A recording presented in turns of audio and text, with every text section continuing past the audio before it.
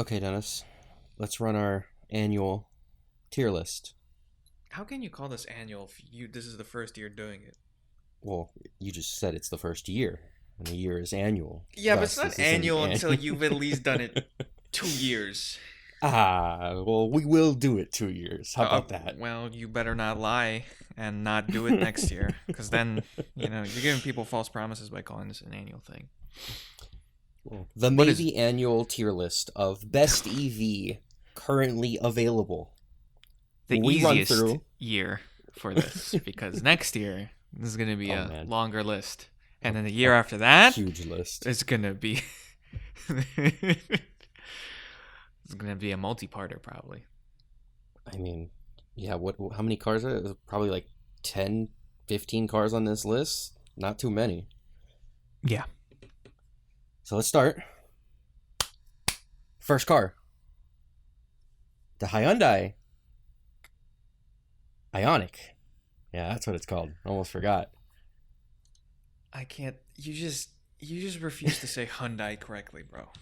Hyundai. They literally made a commercial about how to pronounce it, and yet you still just don't listen to them. They also made that commercial about the Porsche Tycoon, and Mm-hmm. I'm still not going to say it Tycoon. I'm going to say Taycan. That's not true. I've actually grown to say Tycoon. Yeah, you can't lie to me like that. Yeah. You can Okay, lie to the Hyundai Ioniq. How do you feel about this car? Where are we? What are its range stats, specs? Do you like it? No, You don't like this car? it's alright. It's just It's alright. What's wrong with it? It's low range. it is Low low range. mobility. It's impressive because until the Model 3 bumped up its range significantly over the past year, it held the, I guess, record for most efficient battery in terms of how many miles per watt. Because while it only has a range of about 124 miles according to the EPA, its battery is only 28 kilowatt hours. So it's a very small battery. Doo-doo So battery, as they say. no one says that. Only you say that. So it's just it exists. It's there. It's in the low $30,000 price range. Like a lot of Hyundai's offerings, it's pretty limited in the U.S. So even if you wanted one, it's kind of hard to find one reliably. It's slow. I think you could infer that.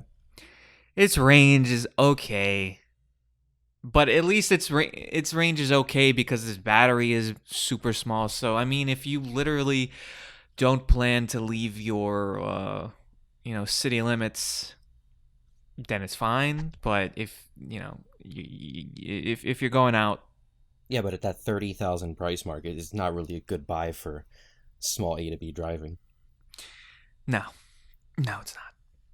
So where are you putting it? Is this a C or a D tier? It's a C C tier. to me. Yeah. Honorable mention. Yeah, like its efficiency is impressive enough that I'll give it a C over a D.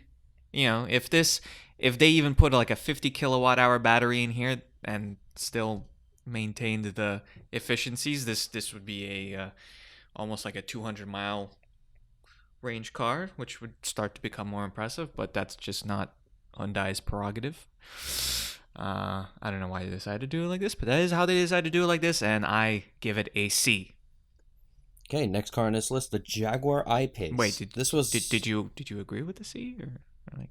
Yeah, I agree. I hear you give an opinion Yeah, yourself. I trust you. I trust your numbers. I trust your judgment. Well, based off Jaguar those. I-Pace. Okay, you genuinely want to talk about Hyundai. Okay, Jaguar. Yeah, talk to me about Jag. When was it introduced? 19 or 18? Late 18. Late 18. We've seen a full year though. It has definitely been a full year of this vehicle in the U.S. market. Yes. It was an interesting car. It was one of the first EVs, one of the first built from the ground up EVs. This was current one of the generation. first to be put up against Tesla. Yeah. They tried to put it up against the Model X, which was just comedic. A silly move. How do you feel about it? Where's it sit? Uh, it's it's a it's definitely not a Model X competitor by any means whatsoever. If you've never seen it in real life, I mean, if you have seen it in real life, you would have really realized how comical that comparison was, especially if you sat inside one, because it's not like cramped, but it's definitely not a roomy interior when we test drove it. Um, but it is a luxury EV, so the price is not going to be there for a lot of people. I mean, it starts at about $70,000, so right off the bat, value for money starts to hit uh, depreciating returns. Range is pretty respectable. It's about a 234-mile range.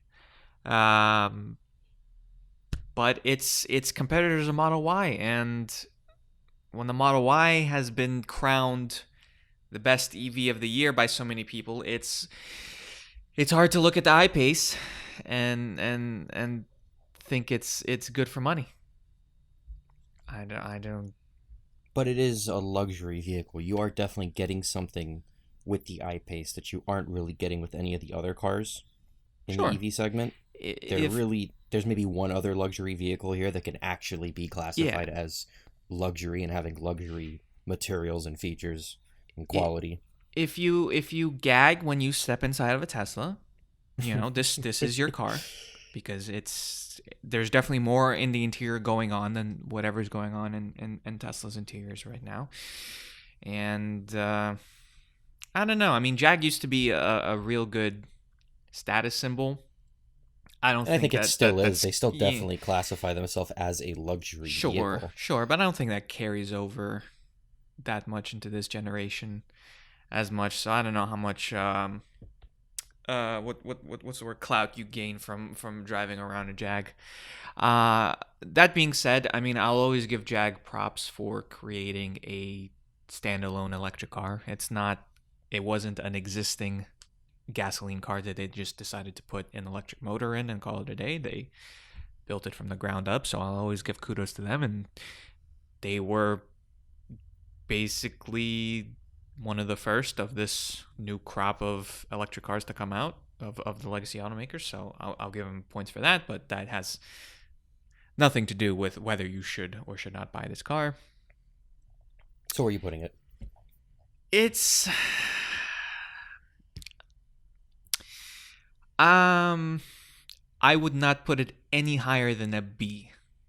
No personally. higher than a B? Yeah. I mean, man. how do you feel? Did you want to put an A? I might have to fight you on this one. Like I said, it's the only luxury car on this list. If you are looking for a luxury car, this is one of maybe 3 options. Of the 3 options, I think it is the better buy in that luxury segment. Is the added luxury worth the extra, what is it, almost 10 to 20 grand over a Model Y? Is it that much more luxurious? No. I do think the Model Y is above it, and we will get there, but once we do get there, I'm going to tell you that the Model Y is S tier, and this is below it in an A tier. The B plus? I'll give it a B plus. I'll compromise on a B plus. Okay, B plus. Next car, the Nissan Leaf. We got a new version of the Nissan Leaf now, right? Yes, used to be a trash option. And now, how do we feel about it? Pretty decent option.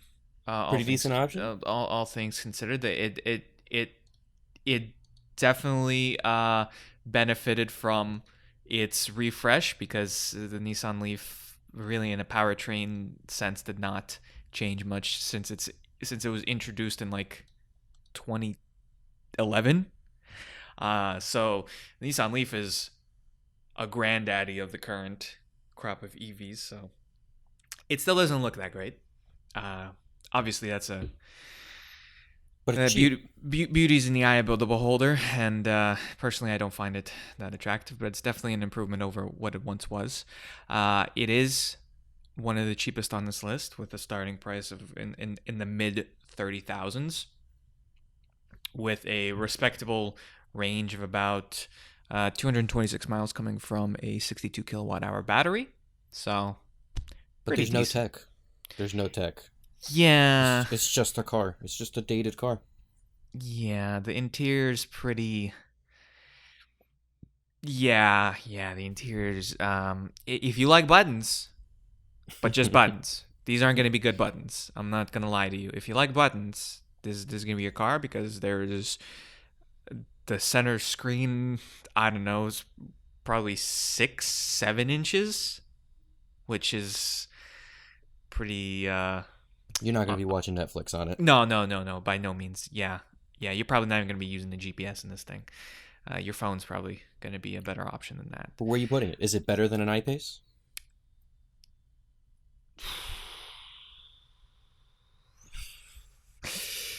It's at least a B tier. At least a B tier? At Is least it a an B A tier. tier? I don't know. Value for money. I don't know because Model 3 Yeah, I mean, starts at is 39, 38, 37, somewhere around there. Is minusculely more. I mean, Nissan still qualifies for tax credit. and I think that does need to be accounted for. So when you account for that, the Nissan Leaf is like a $30,000 car. If you can, I mean, I think Nissan comes with the Leaf does come with Nissan's ProPilot, which does have like adaptive cruise control. That's the extent of their driving tech. But it is there's not many frills here. It's a to the point car. I feel like you just don't want to say it's an A tier car. It's I feel like you just don't want to say it out loud. it's I mean, Hey, this is hard. This is a hard job. I mean, we put ourselves on the line here. I mean, we are the ones who are in control of this tier list, and the can- world revolves around this tier it's- list. It's I- a lot of hard work. It's a lot of pressure. I can buy 2 Leaves for the price of 1 I-Pace. So it's You know. definitely better than an I-Pace. I'm gonna say it. It's an A tier car. Oh, he said it. Nissan Leaf A tier car. Go out and buy one today. Nissan.com. Oh, it's gonna be a really top heavy list. Ford Mustang Mach-E. You know what? You can talk about this one. Fun car. Interesting car because is Ford's first next gen electric car, as we're seeing with a lot of these. It's the first of the next generation for a lot of these companies. Unlike the Nissan Leaf and some of these others, Ford has taken a larger approach to technology. They have introduced an online buying process for the car. The car is OTA compatible, with them claiming they're going to start adding features and such via OTA. Price is nice. Compares with a Model Y nicely. Has adaptive cruise control, comparing to autopilot, plus a few more features like lane changing and hands-free driving. I think because it is there in the tech field, it is up on this list. They sold 3 cars last year, a little over 6,000 the first quarter. There still is a lot to be seen with how Ford handles this car. So nothing really is finalized. There's still a lot to be seen. So I can't put it at the top of this list just because of the unknown. But I am giving it an A tier above a Nissan Leaf. I can agree with that. Nah, that's not how you do it. You got to put it literally in front of the Leaf. I don't. Can I do that? Oh yeah, I can do that. Okay. Okay. Hey, man, you didn't. What was it? Was it even start at, bro? It's a good value for money. Good value for money. You got the specs. We got over 300 miles of range on the California edition. It's 35-ish with the tax credit, 42 without. I think high 42s, right? The GT is coming out soon, so that'll give the performance segment a run for its money, but there's still a lot left to be seen. Next car, Model S. We actually haven't seen a Model S this year. No. Not one. Zero Model S's. So, are we talking about the refreshed Model S? I guess we Or is have to be. this, I mean, or is is there this, a Model S right now as we speak? Can we discuss a Model S on this list? I mean, you can buy a Model S I mean, if right you buy a Model S now, you're now. buying a refresh, but we don't really have any tangible reviews of it. You know what? Regardless, it's going to be the same rank in Yeah, my it's book. probably at the top, right? No, no, No, where are you putting it? nah, nah. In my book, there's only two cars in the S tier. There's only two cars in the S tier, at least value for money, and none of them are. And it's not the Model S. I mean, this list isn't about value for money. It's just overall That's how best I'm. car. That's how I'm doing. Well, value. The price of a car has to do with the car. I mean, She. it's gonna be hard to say the Model S isn't good value for your money, given it's the fastest production car ever built. Well, that's the Plaid Plus, and that isn't out for another year. So, I mean, you can't. You the can't be regular saying. Model S also isn't out for a few months. So again, I don't even know how to judge the present Model S. You can't buy one. Is this a refresh? I mean, are we? I mean, do we have to talk about both? I mean, new orders today are refresh Model S's. I mean, regular long range Model S, regardless if you got the newest, not refreshed, or the refreshed, is the same. It's almost the same exact specs. It's either like 408 miles or 412 miles of range. So you're not really. Well, the refresh does give you a lot of new tech. You have adaptive noise I was getting to cancellation. You that. have I said from a specification standpoint, it's gonna be essentially the same. You didn't let me get to the interior, bro. The interior, though. See, now I'm there. Is where you're gonna see all the changes.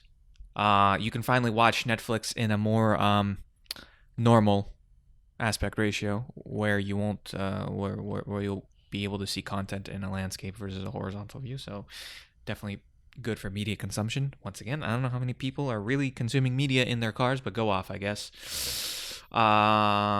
Games apparently. See, we still don't know to what extent because no one's reviewed the car yet, but apparently games. Steering wheel. I still don't really know what's going on with the steering wheel. The yoke steering wheel is supposed to be the standard, but I feel like everyone's going to bully Tesla into not having the yoke steering wheel be the standard. Screen in the back in a very not comfortable angle. I don't know how usable that is. Ventless vents. And what else am I missing? Gio, what else am I missing? Not sure. Oh Not yes, sure, no but it no is no gears, no gears, automatic gears. gears, smart V11 shift. has the latest Tesla software. But it's $10,000 more than what it was. Yes, So you did not get all those for free. correct. So, It- so where is it? Where are You you know, putting this? Where are you it's a putting the it's new a Model S? it's a A plus, but an A+? it's a A plus. But when it came out, it was S tier. It was the standard. And I mean, I still guess it is the standard for luxury. There's other options now, though. It's Yeah. not necessarily the best buy. Next year is going to be much more interesting because then we get to put the Lucid Air on this list. We get to put the Mercedes EQS on this list. We get to put Audi E-Tron GT on this list. So get ready for an hour-long show next year. Oh, get ready. Yeah. Get some popcorn ready next year. Since they are basically side by side, and they both are in the unknown realm right now, I think we should skip to the Model X. Same car. Yeah. Same interior, same technology, more expensive. And a little bit slower, A little bit slower, a little less range. makes a little less sense. The third row doesn't really, it's not really that comfortable to classify itself as a full-size SUV. Unless you're a child. I think it's definitely worse than the Model S in my Oh, book. for sure, it's worse than the Model S. But is it B tier? I'm I mean, it is a big premium to pay for just a little bit more space. I don't want to say it. I don't want to say it, so you're gonna have to say it. Say it. Model X is a B tier EV. You said it. Oh, but above the I-Pace? Oh yeah, for sure. Okay, well, Sure. At least we're not fully wild with it. Yeah. Porsche Taycan, your favorite car, and one of the worst EVs available. In regards to range, it's not so hot. Well, in regards to luxury, it's pretty hot. According to the government, they don't want you to know the real range of the Porsche Taycan. So what do you got to say about the Porsche Taycan? Terrible value for money. Terrible value for money. Well, okay. Let's chill for a second here. The Porsche Taycan range is very wide nowadays because when it initially came out, it was just a turbo and a Turbo S, which meant that the cheapest Porsche Taycan was $150,000, which was a stupid amount of money, especially when you literally just didn't do anything except compare it stats for stats with the Model S. It looked like garbage. Then Porsche came out with the 4S, which dropped down the price to about $104,000. And now recently, they announced the regular Taycan, which starts at about $80,000. So the price has progressively gotten cheaper for a Porsche Taycan. Obviously, the base only has like one motor and is by nowhere near as fast as the regular, Turbo S. But you can definitely have a Taycan for a more quote-unquote affordable price than when it was at launch. Stats-wise, there's no way to sugarcoat it. It just does not. It's fast. It's a good 0 to 60 time. But as soon as you talk about range, even if you try to tell everyone on the internet that, no, guys, listen, look at all of these tests where the Porsche Taycan almost got like 250 plus almost 300 miles of range. Look at that. Don't look at the EPA numbers. No one's going to trust you anyway. So it's just one of those cars that you probably can only fully experience if you test drive it and are someone who really puts a lot of weight into driving dynamics or the heritage of the Porsche brand or whatever. But at this point, it is the worst car between that and the Model S. So where are you placing it? Where's Dennis, the biggest Porsche guy I know, placing the Porsche Taycan? Porsche's best car. It's to B minus. B minus. Behind the I-Pace? Behind the I-Pace. Ooh. That hurts. Ooh. It hurts me. Ooh. Hurts me to my core. Next up, Kia Niro. Kia Niro? Nero? How do you pronounce this? Niro? You were correct. Now you're just being I'm being just dumb. playing with it. Now you're just being dumb. Tell me about the Kia Niro. What is there to know? Do I want to know? And where are we placing it on this list? Good value for money if you can find it. But I don't think you're gonna find it. 64 kilowatt hour battery, about a range of about 239 miles. Starting price high 30,000s. Still qualifies for tax credit. Probably can't find it though. So on the inside, very basic looking car. It's it's the same category of cars as a Nissan Leaf. So, but because of its availability, I mean, we do have to factor that in. Yeah, it's a B. It's a B? Yeah. Are you placing that in front of your Porsche Taycan or behind your Porsche Taycan? I'll put it even in front of the I-Pace. Ooh, in front of the I-Pace. Well, it just makes the Porsche Taycan look even worse, huh? Hyundai Kona. It's the same car put in the same place. It's a little bit smaller, so it got like 8 miles more of range and a little bit cheaper. But it's the same car. Just a little bit better. Just put it there. Yeah, it's a little bit better. Tesla Model 3. I've actually not heard of this car. Can you walk me through it? Okay, so it's Tesla's third car. Okay. If we forget about the Roadster. Uh-huh. but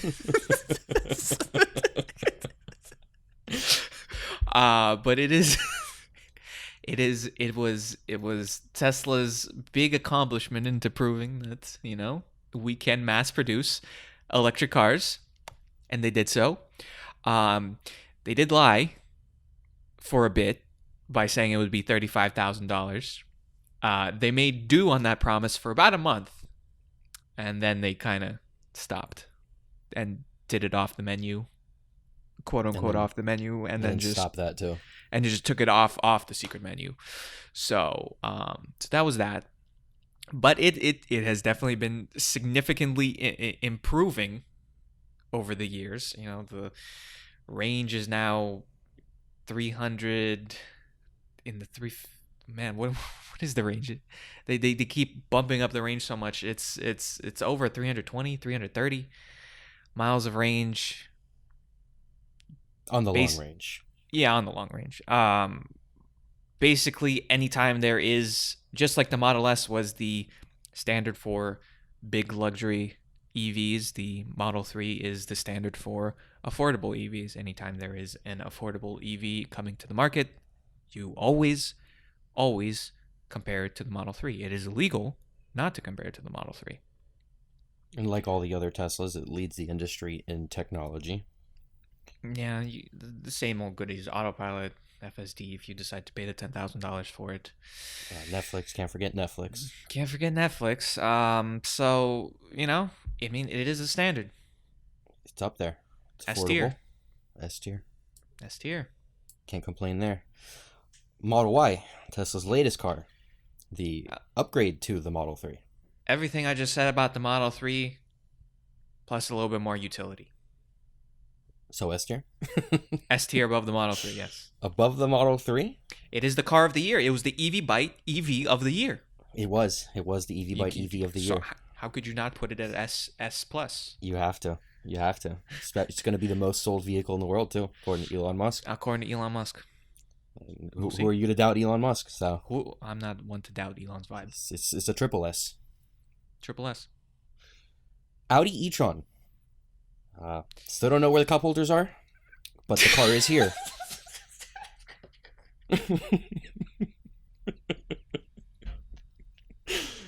For those that don't get it, we went to go see an E-Tron, sat inside of it, could not find a cup holder.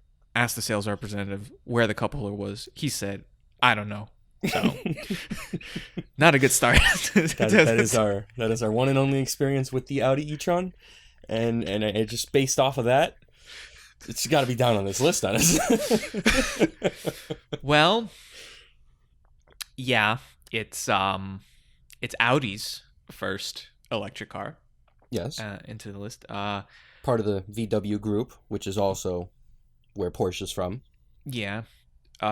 So it wasn't the best first impression, at least from specs wise. Audi has since announced a lot of electric cars and progressively has been getting better in what they're offering. But the initial e-tron, range of about 204 miles out of a 95 kilowatt hour battery. It is a bigger SUV, I think. It's everything the Taycan brought, minus the fun. Yeah, and no cup holders. It's an Audi. I mean, they didn't really do anything special with it. It's not an existing model that they decided to make electric, but it's a pretty bog standard Audi on inside and out. They've been selling actually I've been seeing a decent amount of them, so people clearly like them. But range is always a big factor, and I mean it's not a high range car, and the price is recently got decreased to I think high 60s, but it started out in the mid 70s. Audi does still, however, apply for the EV tax credit, so that does kind of factor in. But still, it is one on the expensive end of these EVs that we're talking about. So, Where are you placing it? Where does she sit? I don't know. You grade this one. I got Audi bias. I can't. I'm just gonna close my eyes and point my finger. You can't just do that. I mean, it's not really value. There's nothing new. There's not really much technology. There is luxury to it, but kind of on the same scale that the Jaguar has. I'm going to put it right above the Jaguar I-Pace. It's the same price as a Jag with a little bit less range, A little bit more room. space, Yeah. with a comparable amount of luxury. So they're pretty equal. Pretty equal. BMW i3, one of the oldest cars on this list. D tier, get out of my face. Yeah, okay, we're done with that. Chevy Bolt. How do we feel about the Chevy Bolt in 2021? How are we feeling about it? BMW, Tesla killer? Did it kill Tesla? What you doing? Well, if you like the Nissan Leaf, but for whatever reason don't like Nissan, then get a Chevy Bolt. Get a Chevy Bolt. That's about as it's pretty comparable in every spec. If you're just a fan of Chevy, want to buy domestic, you want to be real patriotic about that, you can go with the Chevy Bolt, which is going to get an update soon, but it's not available yet, so we're only looking at the, I guess now, last gen Chevy Bolt. Okay, well, that does conclude the tier list. We did miss one. Who did we miss? Out of a joke. The Fiat 500e, the quadruple S tier magic. It's not on this list because we don't have an F tier. And if is it even still available? I don't know. I don't think so. I don't know. Hasn't Fiat left the country? No, Fiat's still here. Yeah, but they might as well have left the country. I don't think honestly the Fiat 500e was ever available. But just so you know, if for whatever reason you are considering a Fiat 500e, reconsider, and it costs more than $5, do not, under any circumstances, buy that car. You can buy the BMW i3 instead. And yeah. Let's conclude this with you just reading them off in order. Best to worst. Go. Wow. So they can blame me specifically because I'm going to be the one with the final results? Yes. Amazing. Okay. In S tier. In S tier, the Tesla tier, the Model Y, followed by the Model 3, then down to A tier, starting with the Model S, followed by the Mustang Mach-E, followed by the Chevy Bolt, followed by the Nissan Leaf. Then in B tier, we have the Model X, followed by the Hyundai Kona, followed by the exact same car known as the Kia Niro, followed by the Audi E-Tron, Jaguar I-Pace, Porsche Tycoon, RIP. C tier, all by itself, the Hyundai Ioniq, and in D tier, BMW i3. I'm excited for next year's list when we can add the Nikola Badger. You couldn't. I'm surprised. I thought we would have one episode where you don't talk. It's not gonna happen. It's not gonna happen. It's not gonna happen. Man, it's an interesting distribution. Are we biased or? I mean, let's play the game. Which kind of one of these companies pays us? Clearly, Tesla. Tesla, but not the Model X. The Model X doesn't pay us. The Model X isn't in our contract. It's almost a bell curve, so I don't think we're that off. I mean, we didn't put all the Teslas in S tier, so I guess there's something. I mean, I went out and said Nissan Leaf an A tier EV. So next year is going to be a lot harder. Hopefully, yeah. Hopefully the cars actually come out instead of remaining as announcements to come out. And we'll have more information on some of these cars, like the refresh Model S and X. You said there's a new Bolt coming out. We'll be able to finalize our thoughts on the Mach-E, finalize thoughts on the new Nissan Leaf. Maybe Porsche decides to make a ninth model or something. The ID4 from Volkswagen has to come out. Like three Audis have to come out. Chrysler and Fiat continue to not do anything with their lives, so don't worry about that being on the tier list. The Cybertruck's so good we might have to make a triple S tier deal. Just for the Cybertruck and the Badger? Just for yeah. Okay. So yes, I'm sure anyone seeing this thinks we are out of our minds and don't know anything. So To those please, people, go make your own tier list.